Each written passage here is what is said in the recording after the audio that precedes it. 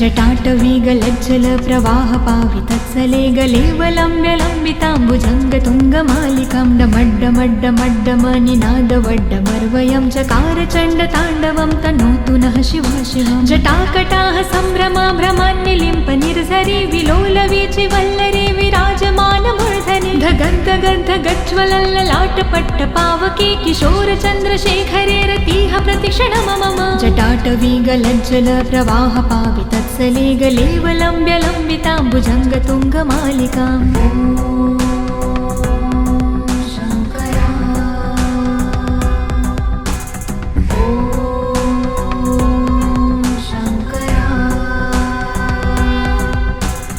धराधरेन्द्रनन्दिनी विलासबन्धुबन्धुरसुराद्रिगन्धसन्तति प्रमोदमान मानसे कृपाकटाक्षधारिणी निरुद्ध दुर्धरापदी कवच दिगम्बरे मनो विनोद मे तु वस्तुनि जटाभुजङ्ग पिङ्गल स्फुरत्फणामणि प्रभा कदम्ब कुङ्कुमाद्रवा प्रलिप्त दिग्वधूमुखे मदान्ध सिन्धुरस्फुरत्व गुत्तरीय मेदुरे मनो विनोद धुत्तं बिभर्तु भूतभर्तरे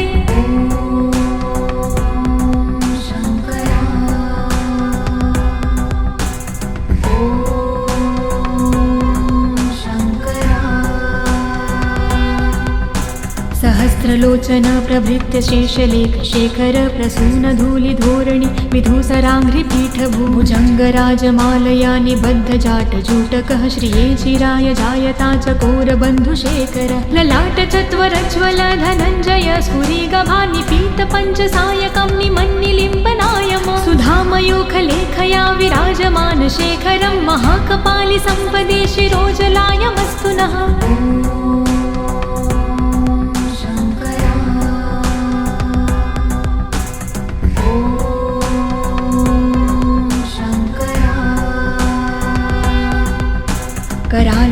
करालभालपट्टिकाधगद्ध गज्वल धनञ्जयाधरीकृत प्रचण्ड पञ्चसायके धराधरेन्द्रनन्दिनी कुचाग्रचित्रपत्रक प्रकल्पनैकशिल्पिनी त्रिलोचने मते मम नवीन मेघमण्डली निरुद्ध दुर्धर स्फुरत् कहोनिशीथिनी तमः प्रबन्ध बन्धुकन्धरः निलम्पि निर्झरीधरस्तनोतु कृत्ति सिन्धुरः कलानिधान बन्धुरः श्रियं जगन्धधुरधरः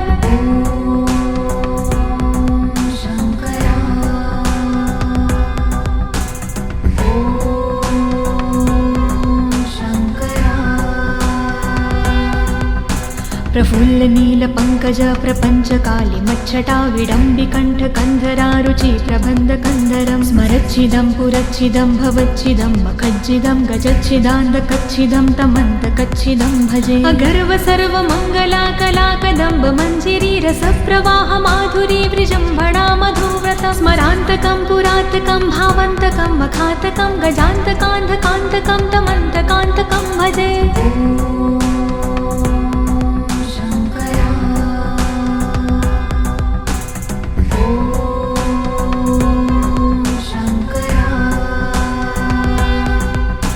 जयत्वद ब्रवीभ्रम भ्रमद्द जङ्गमस्फुर धगद्धगद्विनिर्गमत्करालबालहव्यव धिमिद्धिमिद्धिमिन्मृदङ्गतुङ्गमङ्गलं ध्वनिक्रम प्रवर्तित प्रचण्ड ताण्डव शिव दृशद्विचित्रतल्पयोर्भुजङ्गमौक्तिकं स्रजो गरिष्ठरत्नलोष्टयो सह द्विपक्षपक्षयो त्रिणारविन्द चक्षुषो प्रजामहिन् महेन्द्रयो समं प्रवर्तयन्मनः कदा सदा शिवं भजे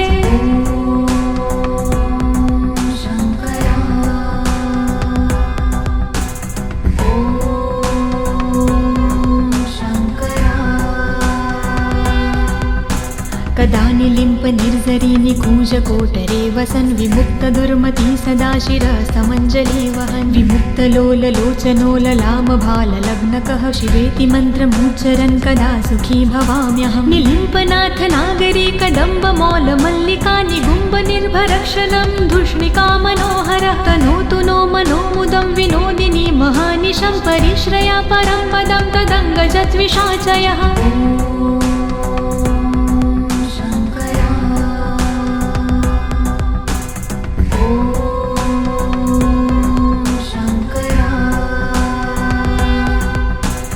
प्रचण्डवाडवानल प्रभाशुभ प्रचारिणी महाष्टिसिद्धकामिनी जनावहूतजल्पना विमुक्तवामलोचनो विवाहकालिकध्वनि शिवेति मन्त्रभूषगो जगज्जयाय जायता इमं हि नित्यमेव मुक्तमुक्तमोतं स्तवं पठन् स्मरन् ब्रुवन्नरो विशुद्धमेति सन्ततं हरे गुरोसु भक्तिमाशु याति नायशागति विमोहनं हि देहनातु शङ्करस्य चिन्तनम्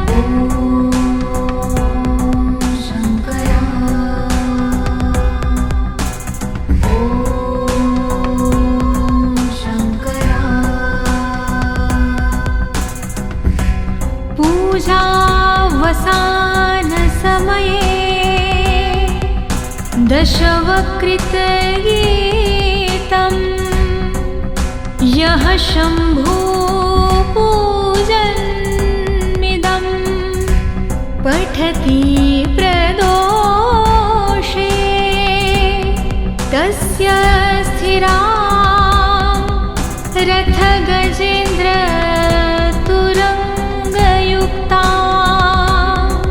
लक्ष्मी सदैव सुमुखी प्रददाति शम्भुः इति शिवताण्डवस्तोत्रं सम्पूर्णम्।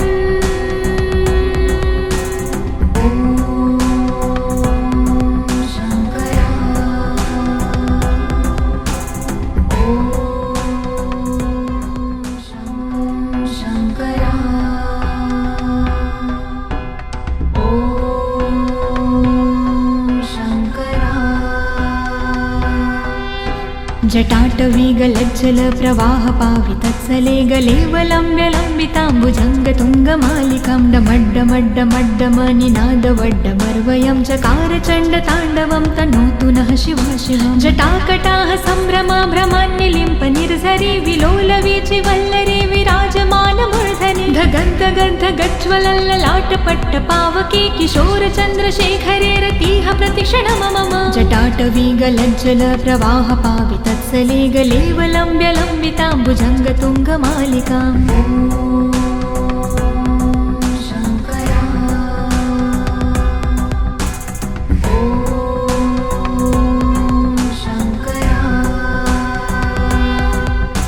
धराधरेन्द्रनन्दिनी विलासबन्धुबन्धुरसुराद्रिगन्धसन्तति प्रमोदमानमानसे कृपाकटाक्षधारिणी निरुद्धदुर्धरापदि कवचदिगम्बरे मनो विनोदमेतु वस्तुनि जटाभुजङ्गपिङ्गल स्फुरत्फणामणि प्रभा कदम्बकुङ्कुमाद्रवा प्रलिप्तदिग्वधूमुखे मदान्धसिन्धुरस्फुरत्वगुत्तरीयमेदुरे मनो विनोदधुत्तं बिभर्तु भूतभर्तरे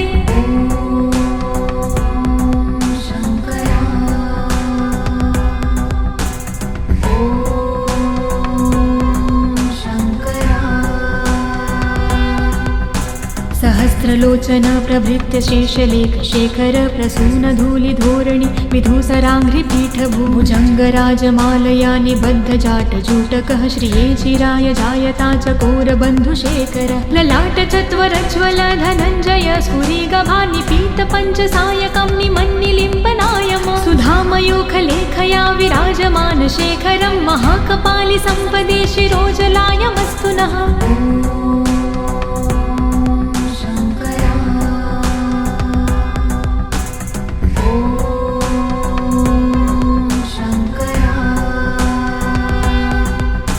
करालभालपट्टिकाधगद्धगद्धगज्ज्वल धनञ्जयाधरीकृत प्रचण्ड पञ्चसायके धराधरेन्द्रनन्दिनी कुचाग्रचित्रपत्रक प्रकल्पनैकशिल्पिनी त्रिलोचने मते मम नवीनमेघमण्डली निरुद्धदुर्धरस्फुरत् कहोनिशीथिनीतमः प्रबन्धबन्धुकन्धर निलम्पि निर्झरीधरस्तनोतु कृत्तिसिन्धुरः कलानिधानबन्धुरः श्रियं जगन्धधुरधर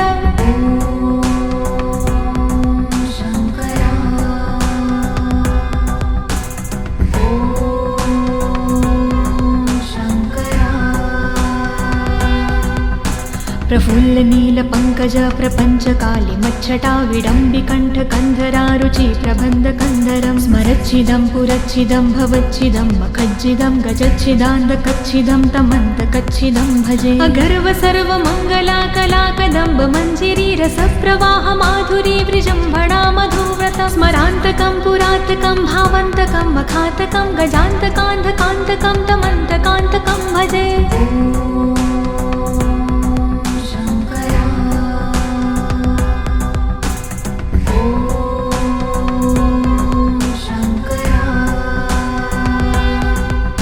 जयद्वद ब्रवीभ्रम भ्रमद्द जङ्गमस्फुर धगद्धगद्विनिर्गमत्करालबालहव्यव धिमिद्धिमिद्धिमिद्धिमिन्मृदङ्गतुङ्गमङ्गलं ध्वनिक्रम प्रवर्तित प्रचण्ड ताण्डव शिव दृशाद्विचित्रतल्पयोर्भुजङ्गमौक्तिकं स्रजो गरिष्ठरत्नलोष्टयो सह द्विपक्षपक्षयो त्रिणारविन्दचक्षुषो प्रजामहिन् महेन्द्रयो समं प्रवर्तयन्मनः कदा सदा शिवं भजे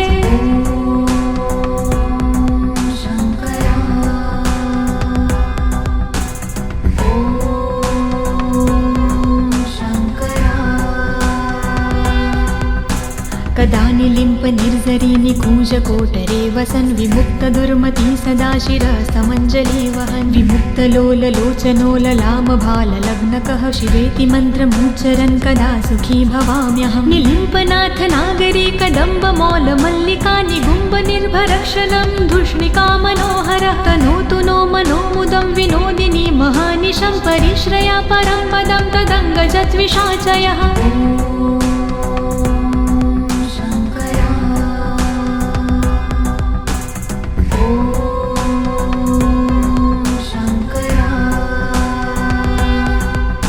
प्रचण्डवाडवानल प्रभाशुभ प्रचारिणी महाष्टिसिद्धकामिनी जनावहूतजल्पना विमुक्तवामलोचनो विवाहकालिकध्वनि शिवेति मन्त्रभूषगो जगज्जयाय जायता इमं हि नित्यमेव मुक्तमुक्तमोतं स्तवं पठन् स्मरन् ब्रुवन्नरो विशुद्धमेति सन्ततं हरे गुरोसु भक्तिमाशु याति नायशागति विमोहनं हि देहनातु शङ्करस्य चिन्तनम्